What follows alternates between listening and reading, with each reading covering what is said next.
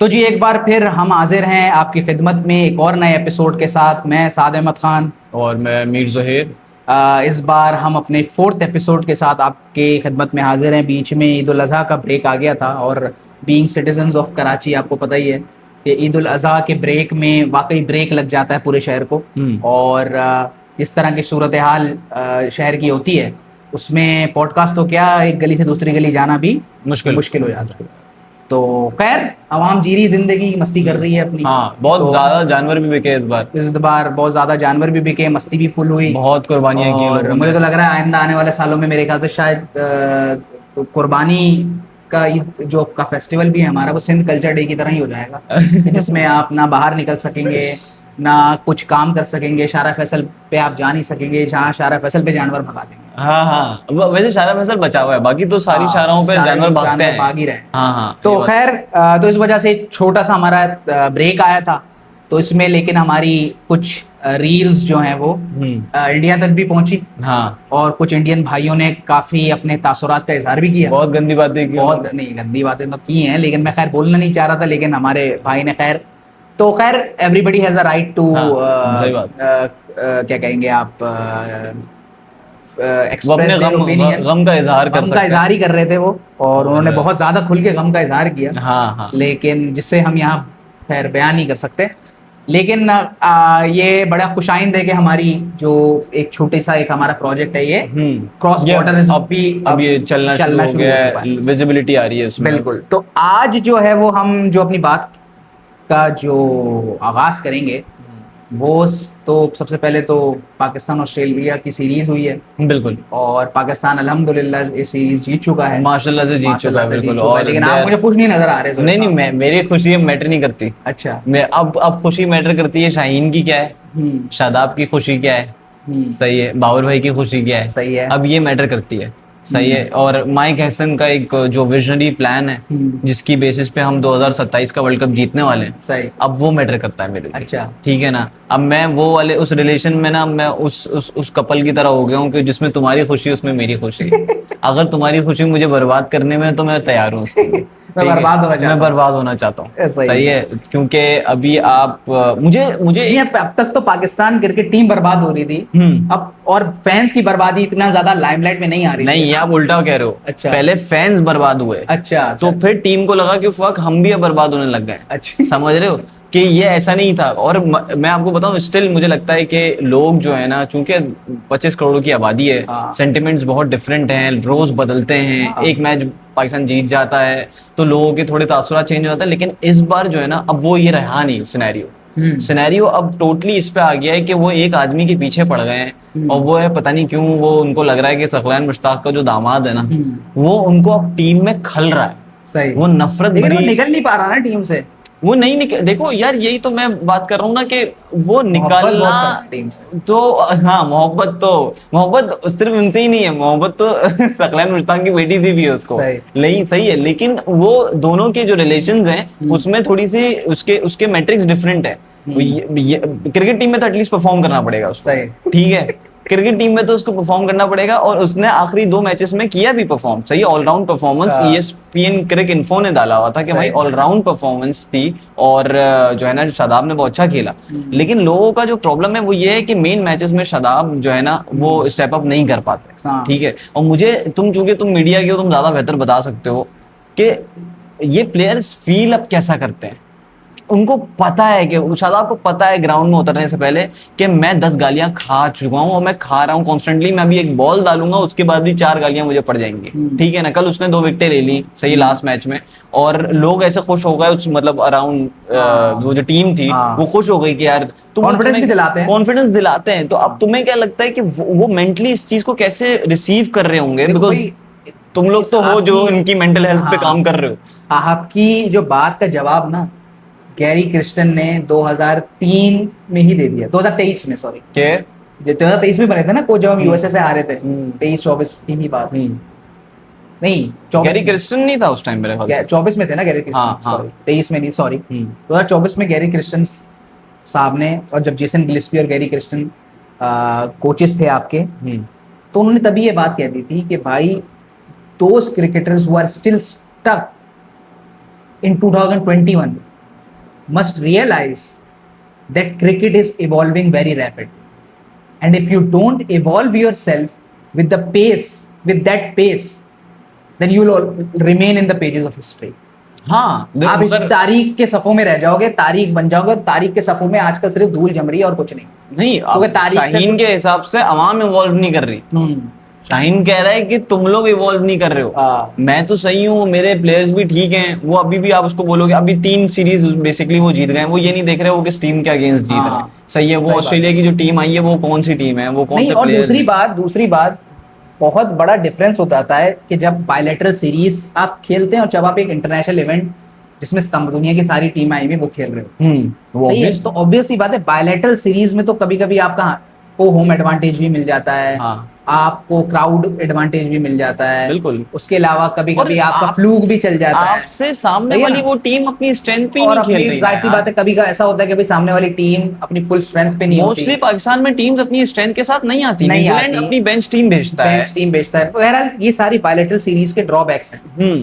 तो आपको सबसे पहले तो अगर अपना ए गेम निकाल कर लाना ना, ये देखना है कि आप कहाँ खड़े हो. यस. तो आपको जाकर दूसरों की फील्ड टर्फ पे ना खेलना पड़ेगा और उनकी अच्छी टीमों से खेलना पड़ेगा. इंटरनेशनल टूर्नामेंट में ही होगा स्टैंडर्ड.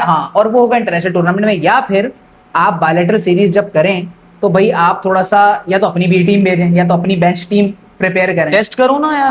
अपने ये वाली सीरीज में आपने अपनी फुल स्ट्रेंथ खिलाई. सही है. सुफियान मुकीम अभी भी बाहर बैठा हुआ है. ठीक है. आप समीर मिनास का आपने इतना पोटेंशियल देखा.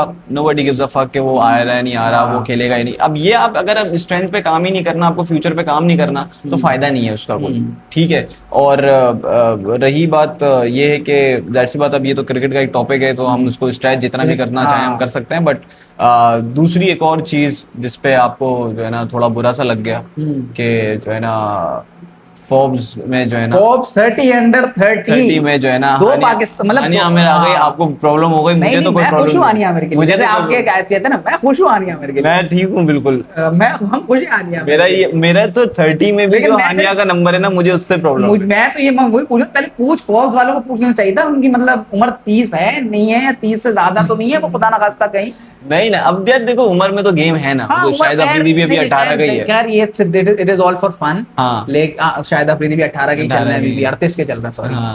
तो खैर this is all for fun. But मुझे जो खुशी हुई वो असल में जो दूसरी हमारी एक पाकिस्तान की एक फिल्म मेकर है, समरा नाम है, समरा कामरान या Samra Kashif, correct me if I am wrong. तो उनका भी नाम आया. And she is the only Pakistani film maker जिनकी short film Busan international film festival में जो है वो प्रेजेंट हुई है, सेलेक्ट हुई है और प्रेजेंट हुई है. I think it's a huge achievement. Why Busan is huge? क्योंकि बुसान फिल्म फेस्टिवल जो ईस्ट एशियन फिल्म्स है ना, उनके लिए एक बहुत बड़ा मेजर प्लेटफॉर्म. सही है. और बुसान जो है वो बहुत हाईली कॉम्पिटिटिव फेस्टिवल है. वो आपको पता है कि जो कोरियन फिल्म्स, चाइनीज फिल्म्स या जापानीज फिल्म्स आ रही हैं वो अब बहुत ज्यादा हाई स्टैंडर्ड की फिल्म्स बना रहे हैं. बिल्कुल. क्योंकि अभी पैरासाइट आपने देखी. सही है. और दूसरी पार्क चेंग वूंग की एक और पिछले 10-15 साल से वो लोग कर रहे हैं, बहुत कंसिस्टेंटली बहुत अच्छी मूवीज दे रहे हैं. और बहुत और अनुराग कश्यप जो हैं वो कंसिस्टेंटली फिल्म्स बताते रहते हैं कि यार ये इस साल की मेरी ये बहुत फेवरेट फिल्म लग रही है. और ज्यादातर उसमें ईस्ट एशियन फिल्म्स होती हैं. तो इसीलिए बुसान फिल्म फेस्टिवल में सेलेक्ट होना मैं कहता हूँ बहुत बड़ी अचीवमेंट है. बिकॉज वो बहुत ज्यादा हाईली कम्पिटिटिव है. अच्छा. कम्पिटिटिव. और the festival is itself all about films. जो कांस का हाल हो गया है ना, वैसा हाल अभी वहां नहीं हुआ. क्योंकि कांस और सनडेंस का जो हाल हो गया है ना, वो ये हो गया कि अब अवाम वहां सिर्फ रेड कारपेट पे चलने हैं. ये उनके लिए बड़ी अचीवमेंट है. रेड कारपेट पे, कांस के रेड कारपेट पे चलना है. सिर्फ वही एक उस फेस्टिवल की एक हाईलाइट रह गई. तो बुसान ने अब तक कारपेट वाला कोई काम शुरू किया नहीं. बुसान ने अपना सारा फोकस फिल्म्स पे रखा. सही है. कांस ने किया या कि उसने फिल्म्स पीछे चली गई. स्लैब कल्चर और टिकटॉक कल्चर और इन्फ्लुएंशियल कल्चर या डिजिटल मीडिया के जो इन्फ्लुएंसर्स हैं वो उस फेस्टिवल पर हावी हो गए. तो अगर आप कभी कांस फिल्म फेस्टिवल देखें ना, तो आपको अक्सर यही दिखेगा कि रेड कारपेट पे आज ये ड्रेस पहनकर उतरी हुई है. रेड कारपेट ही देखा है. रेड कारपेट का फला मॉडल, ये ड्रेस, ये मॉडल, ये इस का ड्रेस, करण जौहर फिर से कोई अजीब सा ड्रेस पहनकर उतर चुके हैं मार्केट में। हाँ। सही है, वो फला हमेशा कोई से और उनका ड्रेस अजीब ही रहा है। उतर के जो है ना वो पहन के उतर चुके हैं। तो कांस अब इसी चीजों के लिए रह गया है। सही है, जो कि अनुराग कश्यप की भी इस साल बड़ी कंप्लेन रही है, भाई फिल्म का फेस्टिवल है कांस, फैशन फेस्टिवल नहीं है। फैशन फेस्टिवल है तो मिलान जाए, मिलान में बहुत फैशन फेस्टिवल्स होते हैं, वहां जाके आप रेड कारपेट पे जो भी अन्य क्षण पहन के हड़ाउड़ी करनी है करें, लेकिन जहाँ फिल्म फेस्टिवल है ना, that should always be about films. Okay. अच्छा, ऐसी जो अचीवमेंट कांस में हमारे उनकी थी, जॉयलैंड के जो डायरेक्टर हैं, अच्छा, साइम सादिक, बट ऑब्वियसली जॉयलैंड की जो कंट्रोवर्सी रही, उस बंदे की वो अचीवमेंट को वो मेरे ख्याल से शायद वो कंट्रोवर्सी खा गई। डू यू थिंक कि वो कंट्रोवर्सी सही थी? यार मेरा जो सबसे बड़ा एतराज होता है ना, कंट्रोवर्सी है कि नहीं है, फिल्म जो हमारा कल्चरल एक्सेप्टेंस, कल्चरल जो आप ये कहेंगे जो कल्चरल सांचा है उसमें फिट बैठती है नहीं बैठती है, सबका फैसला फिल्म देखने के बाद होता है। ओके। जॉयलैंड में जो सबसे बड़ा आवाम से मुझे एतराज ये था कि जो क्रिटिक कर रहे थे ना फिल्म को, वो 90% लोगों ने फिल्म ही नहीं देखी। सही बात। उन्होंने सुना कि भाई ये तो किसी ट्रांस के बारे में फिल्म है। ओके। तो उस फिल्म में जो दिखाया गया है, क्या वो हकीकत से दूर है चीज? ये सबसे बड़ा सवाल, ये सबसे बड़ा सवाल है। ठीक है। मसला क्या है, मंटो साहब ने एक बहुत अच्छी बात की थी, वो ये की थी कि भाई जब चेहरा गंदा हो ना, तो आईने को गाली देने से हकीकत नहीं बदलती। हाँ, सही है। हाँ। मेरी कहानियां मुआशरे के लिए आईना के तौर पर आईने का काम करती। हाँ। अब अगर किसी को मेरी कहानी पढ़कर गुस्सा आ रहा है, तो समझ लो कि उसको अपने आप पे गुस्सा आ रहा है, माशरे पे गुस्सा, और वो अपने आप को नहीं देखना चाहता। और हाँ, तो films are a reflection of the society that we live in. सही है। Joyland did justice to the society that is our current society, our present society. इस मामले में उसने जस्टिस किया। ठीक है। यार हमारी सोसाइटी में ऐसा हो रहा है, होता आया है, और मेरे ख्याल से शायद होता रहेगा कि आपको यार मुजरा कल्चर, उसमें फैक्ट डांस कल्चर, सही है, परफॉर्मेटिव आर्ट, जो कि हमारी सोसाइटी का एक फ्रैक्शन है जो कि परफॉर्मेटिव आर्ट से अपने घर चलाता है। और उस परफॉर्मेटिव आर्ट्स के में बहुत दफा वो आर्टिस्ट प्रोस्टिट्यूशन भी की तरफ भी चले जाते हैं। हाँ। दूसरी चीजों की तरफ भी चले जाते हैं। बहुत दफा ऐसा होता है कि किसी को कोई वेडिंग में या किसी और इवेंट में कोई परफॉर्म कर रहा है, किसी को वो अच्छा लग गया, तो अब जो है वो एक अना की बात आ जाती है कि भाई अब मैं ही इसी के साथ रहूंगा, चाहे अब वो शादीशुदा मर्द हो नहीं। और बहुत वाकयात ऐसे हमने सुने कि शादीशुदा मर्द होते हैं लेकिन वो ट्रांस परफॉर्मेंस के साथ इन्वॉल्व हो जाते हैं, जो कि डिफरेंट वेडिंग्स, फिर इवेंचुअली वो वायलेंस की तरफ मामला चला जाता है, और डिफरेंट, और इसमें फिर यह होता है कि in the end of the day आखिरकार यही होता है कि वो मारे जाते हैं। सही है। एक फॉलो अप क्वेश्चन है मेरा, नहीं मैं एक मिनट कंप्लीट कर लूं। तो इसी चीज के बारे में वो फिल्म थी। हाँ, थोड़ी ऑब्सनिटी थी उस फिल्म में, लेकिन यार वही चक्कर है कि फिल्म को फिल्म की हद तक रखा जाए।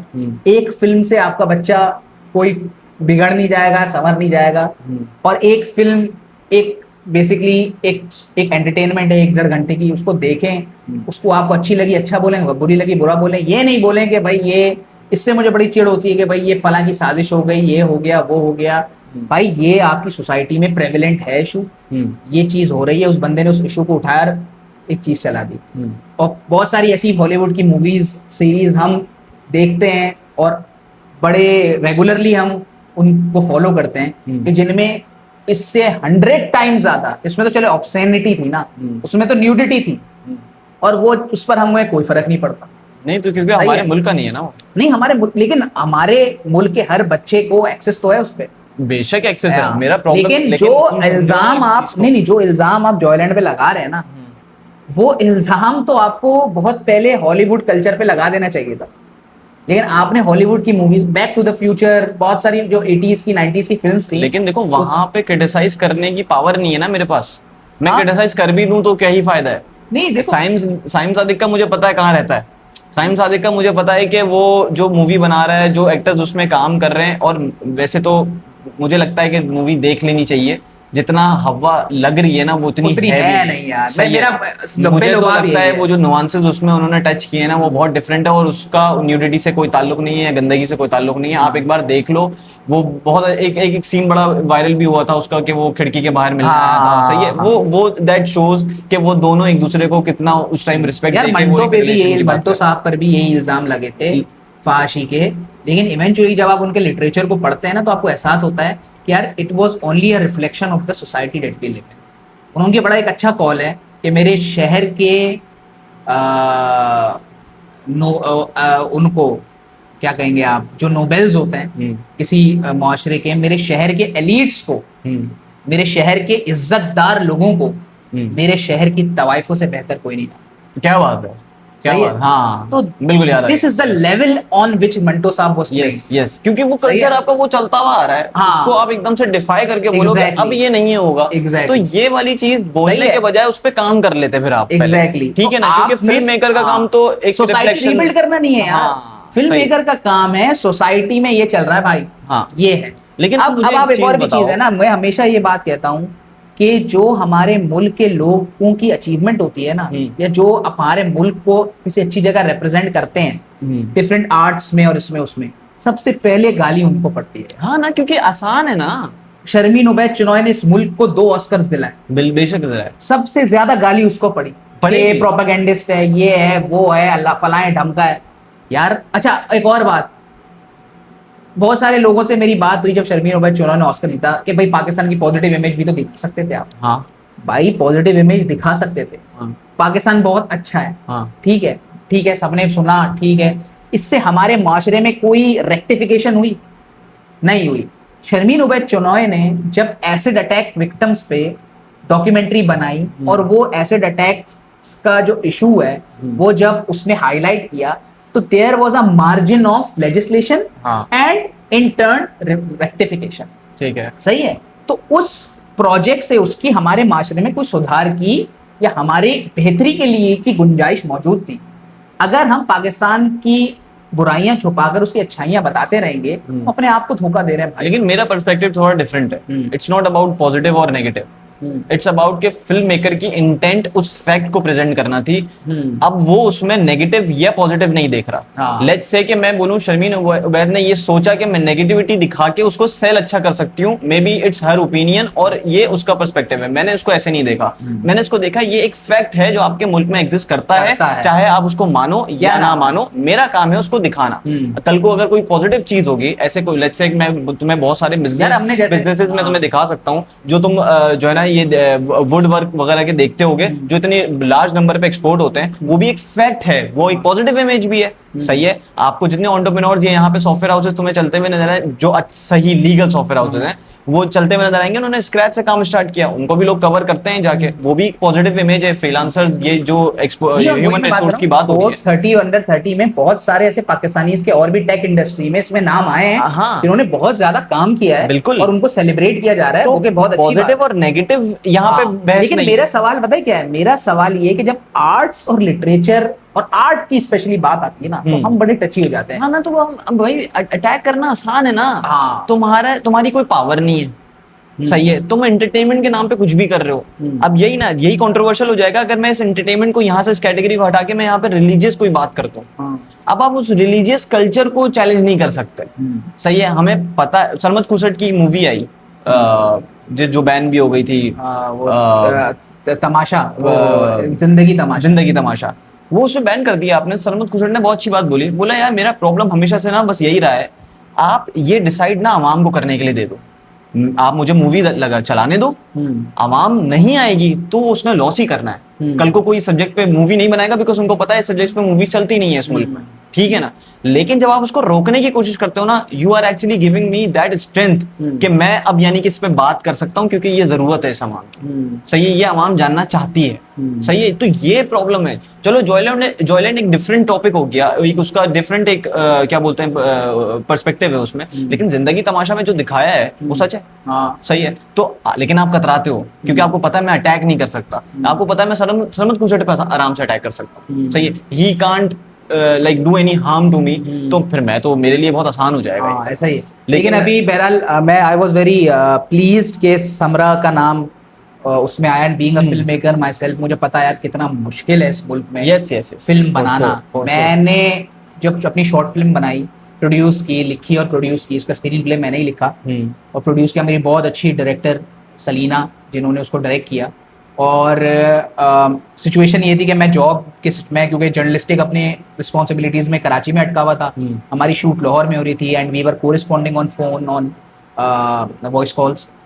तो और उसके साथ साथ हमने इस फिल्म प्रोजेक्ट को आगे लेके चला, लेकिन मुझे एहसास हो गया कि यार कितना हेक्टिक है, कितना प्रॉब्लमेटिक है इस मुल्क में फिल्म बनाना, और स्पेशली फीमेल फिल्म मेकर होना तो और ज्यादा बड़ी इशू है। लेकिन उसके बीच में जो ऐसे जब इंडिविजुअल्स आकर अपना एक मार्क छोड़ के जाते हैं तो बड़ी खुशी होती है कि यार अभी भी ऐसी कुछ वॉइसेस मौजूद हैं जो कि आर्ट्स में और लिटरेचर में जो है वो एक मुल्क को और हमारे, क्योंकि बहुत ज्यादा स्टोरीज हैं यार इस मुल्क में, और इस मुल्क में अगर आप स्टोरीज को तलाश करना शुरू करें ना, तो मैं तो बोलता हूँ सालों निकल जाएंगे, फिल्में खत्म नहीं होंगी जो कि मुख्तलिफ स्टोरीज पे आप बना सकते हैं। सही बात है, सही है। तो बहुत ज्यादा पोटेंशियल है इधर, लेकिन वही बात है, इंफ्रास्ट्रक्चर नहीं है।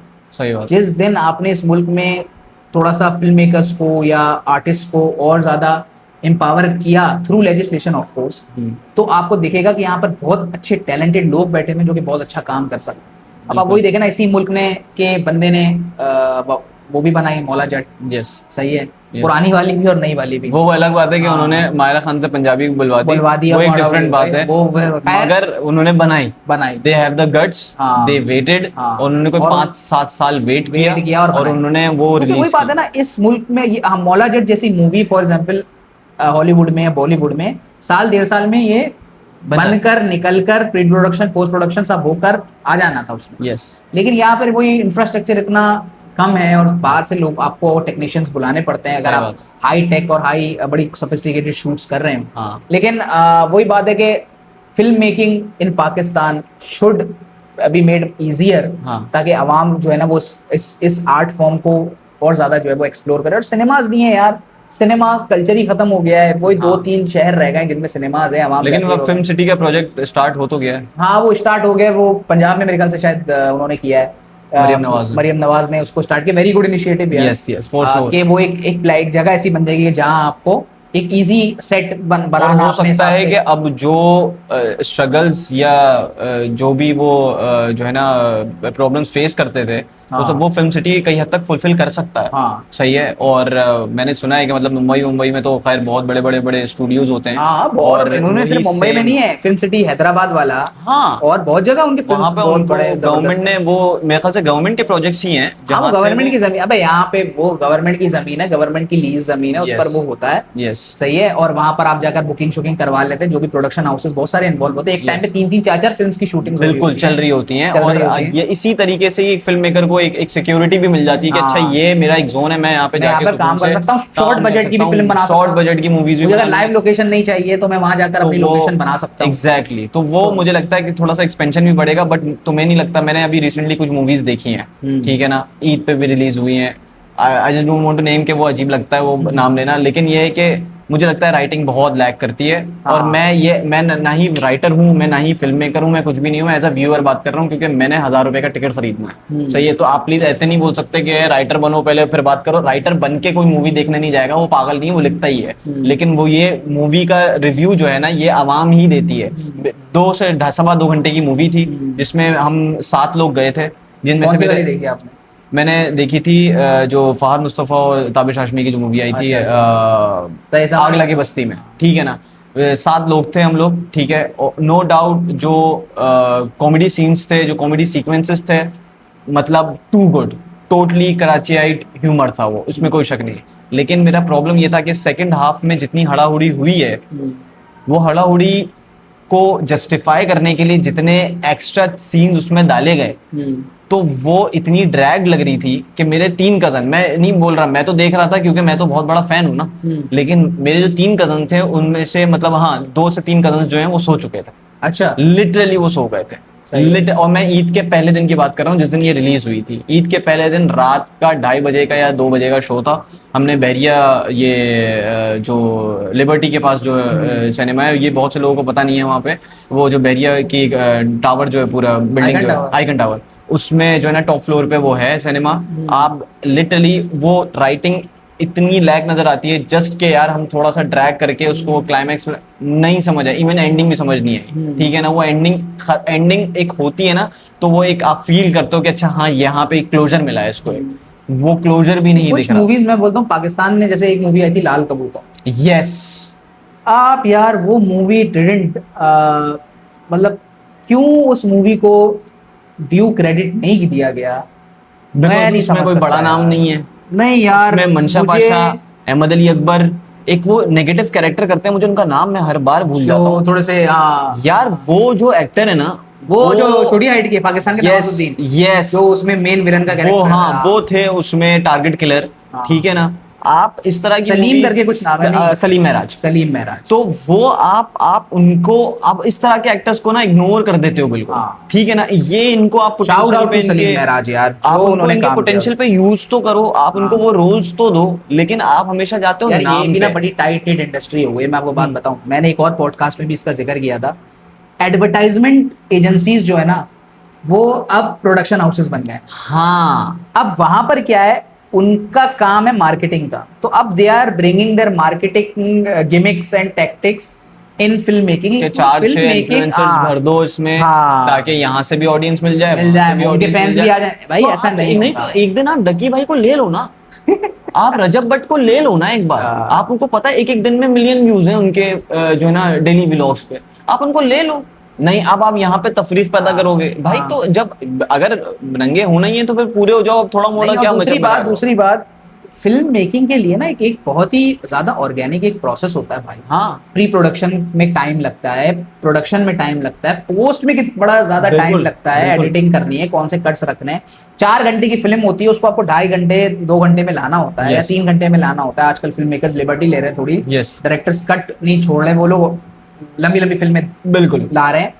तो ये सारी चीजें मामलात होते हैं, तो ये बड़ा ऑर्गेनिक प्रोसेस है, कोई हड़ाउड़ी का प्रोसेस नहीं है, इसमें टाइम टेकिंग प्रोसेस है। और इसको बड़े तरीके से लेके चलना है। लाल कबूतर जैसी फिल्म्स मैं बोलता हूँ पाकिस्तान अगर बना सकता है ना, तो फिर तो बहुत अच्छी मतलब इसका मतलब कि पोटेंशियल है। आपने केक नहीं देखी? हाँ, केक देखी आपने? आसिम उसकी ना आसिम अब्बासी, सही, आसिम रजा अब्बासी। वो भाई वो बंदा हॉलीवुड की सीरीज डायरेक्ट कर रहा है जी, हॉलीवुड चला गया वो भाई। सनम सईद उसमें, ठीक है, आमना शेख, और एक और असफर रहमान, मेरे ख्याल से शायद असफर रहमान है या नहीं, अदनान करके कुछ नाम है। वो 3 जो है ना उसमें मेन कैरेक्टर्स हैं।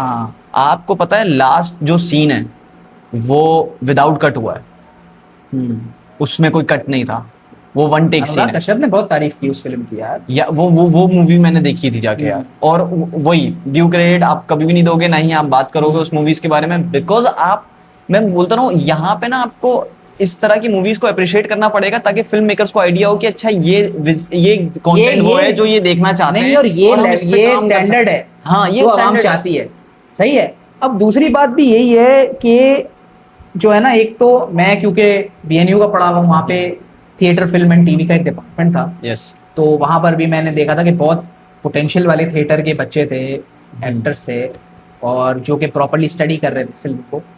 तो लेकिन यार मेरा फिल्म स्कूल, जैसे अनुराग कश्यप ने भी एक बात की कि फिल्म स्कूल्स भी ना बहुत ज्यादा जो है वो उस पर चले गए, थ्योरेटिकल अप्रोच पे चले गए चीज़ों को लेके, जबकि film making is all about practical approach. अगर आप पुराने फिल्म मेकर्स उठाएं, फ्रिट्ज लैंग उठा लें आप, कैमरॉन, वो बिली वाइल्डर, फ्रिट्ज लैंग, और दूसरा जो गोडार्ट जिसने सबसे पहले जंप कट निकाला था।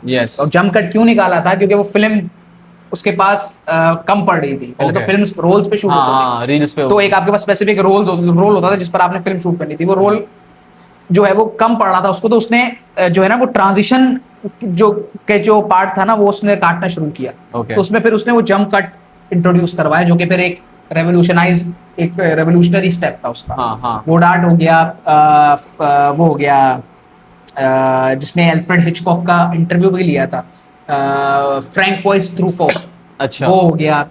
एल्फ्रेड हिचकॉक, वो तो अपने उसमें एल्फ्रेड हिचकॉक जो भी फिल्म मेकर्स हैं एस्पायरिंग, एक बुक है हिचकॉक बाय ट्रूफो, वो जरूर पढ़ें। हर एक चैप्टर एक फिल्म, उसकी एक फिल्म पे बेस्ड है। पहले वो चैप्टर पढ़े, अनुराग कश्यप ने भी ये बात की थी, पहले चैप्टर पढ़े फिर फिल्म देखें, फिर चैप्टर पढ़े फिर फिल्म देखें, फिर chapter, and by the end of the book तो आपकी पूरी फिल्मोग्राफी हो जाएगी। बिली वाइल्डर, जिसका बहुत बड़ा इन्फ्लुएंस जो है ना अनुराग पासू पे भी रहा है, बहुत सारे डायरेक्टर्स पे रहा है। बिली वाइल्डर भी एक बहुत मतलब अन्यवाद डायरेक्टर था यार। तो उसकी एक इंटरव्यू है कैमरॉन क्रो के साथ। सही है, बिली वाइल्डर बाय कैमरॉन क्रो। सही है। एक है अभी बुक आई है क्विंटिन टैरेंटिनो की सिनेमा स्पेकुलेशन या मैनिपुलेशन, इस तरह का कुछ उसकी बुक का नाम है। तो मैं बोलता हूँ जो भी एस्पायरिंग फिल्म मेकर्स हैं वो इन फिल्म मेकर्स को पढ़ें, जो कि जिन्होंने फिल्म में कुछ फिल्म इंडस्ट्री में या सिनेमा को कुछ देकर गए। हाँ, इनोवेट किया उन्होंने, डिफरेंट एक। और ये जो पुराने डायरेक्टर्स थे ना, फ्रिट्ज लैंग जो कि बाप था सबका, फ्रिट्ज लैंग, और क्या कहते हैं आपका ये गोदार्ड, और ये सारे पुराने जो थे, ये स्टैनली क्यूब्रिक, ये सारे जो थे ना, इन्होंने सिनेमा को इनोवेट किया है, इन्होंने सिनेमा को दिया है। आज का सिनेमा तो वो ये कि उनके फुटस्टेप्स पे आवाम चल रही है, लेकिन दे वर द एक्चुअल इनोवेटर्स, उन्होंने चीजें क्रिएट करी। सही है। जो लाइटिंग का एक मेथड था, एक डायरेक्टर ने निकाला था, मेरा नाम जो है ना वो उस डायरेक्टर का मेरे जहन से निकल रहा है, वो लाइटिंग का मेथड बड़ा इनोवेटिव मेथड था भाई, वो आज तक यूज होता है। तो वो सारी चीजें ना, तो आप वही बताओ, ये बड़ी टेक्निकल इंडस्ट्री है सिनेमा, वो बहुत ही ज्यादा टेक्निकली भी, और एक पूरा लिटरेचर है जिसको एक तरीके से जिसको जस्टिस करने की जरूरत है, जो यहाँ पे हो नहीं रहा, और बहुत जरूरी है भाई, क्योंकि सिनेमा अगर आपके पास होगा तो एक हर इंडिविजुअल, हर तो नहीं, बहुत सारे इंडिविजुअल्स को एक आवाज मिल जाएगी। सही है। अब मेरी एक कोलीग है जिसने मिसिंग पर्सन्स पर बनाई एक फिल्म, स्टूडेंट फिल्म थी वो, और वो एयर हुई, बहुत अच्छी फिल्म, मैंने उसका थोड़े से ग्लिम्पसेस देखे, बहुत अच्छी फिल्म थी वो। सही है। और मेरा भी अभी एक प्लान है एक और अपना एक प्रोजेक्ट लेके चलने का, लेकिन वही बात है कि यार इतना जो है ना वो हर्डल्स हैं उसमें कि it is becoming very difficult day by day to make a good film. मेरा एक बस आखिरी एक हम बस एक छोटी सी बात अब रह गई जिसपे हम एंड करेंगे। आपने इतनी देर समरा पे बात कर ली, सही है, आपने एक बार भी हानिया को नहीं पूछा। नहीं, हानिया आमिर तो ऑलरेडी, और हानिया आमिर तो मुझे फॉर्ब्स पे क्राइटेरिया क्या है 30 अंडर 30 में आने का? मतलब इनका तो ऑस्कर बुसान में इनकी फिल्म गई है, इनका तो ये मतलब वही है कि हानिया का क्या क्राइटेरिया है? हानिया ने मतलब फिल्म्स में काम किया है, और वही फॉलोइंग है ना, मतलब फॉलोइंग है, मतलब और मतलब काफी यंग एज में बहुत अपना एक मार्क इंडस्ट्री पे उन्होंने छोड़ा है। अब बस यही है बात करने के लिए छोड़ा है। अच्छा, एक्टिंग तो है ना उसके, एक्टिंग हाँ, लेकिन मुझे तो थोड़ी सी जरा वो लगी है उसकी ना, एक्टिंग मोनोटोनस लगी है। मोनोटोनस का मतलब होता है सेम मतलब सेम टोन और लहजा और ओवरऑल चीजें। तो अगर वो किसी ड्रामे में अगर बीवी बन रही है तो बीवी की तरह ही बात करेगी ना भाई। तो अगर किसी ड्रामे में ये विलन बनेगी तो फिर वो अलग तरीके से आएगी। डिफरेंट रोल्स किए हैं उसने बहुत ज्यादा, लेकिन खूबसूरत वो हर किसी में लगी। खूब ये जवाब दे दिया आपने कि फॉर्ब्स वाले क्यों जो है ना उनका नाम लेकर आए। तो you have to change your personality. अच्छा वही चक्कर है ना कि यहाँ पे पीआर का भी गेम है। हाँ, आपने मेरे हिसाब से गेम पीआर का आपने अब एक मार्क एक पर्सनैलिटी को लेके चलना है। हाँ, वो आपकी पीआर एक पीआर जो आपकी एजेंसी है, हाँ, उसने आपको बता देना कि आपका ये पर्सनैलिटी है, ये तरीके से हमने डेवलप किया है। तो आपने रोल्स भी इसी के आसपास पकड़ने हैं। अपना जो सोशल मीडिया बिहेवियर है आपका सोशल मीडिया बिहेवियर भी ऐसा होना चाहिए। सोशल अगर गैदरिंग में बड़ी आप जा रही हैं वैसा वही होना चाहिए। तो इट्स ऑल अबाउट यार, इट्स लेकिन मुझे नहीं लगता हानिया ऐसी है।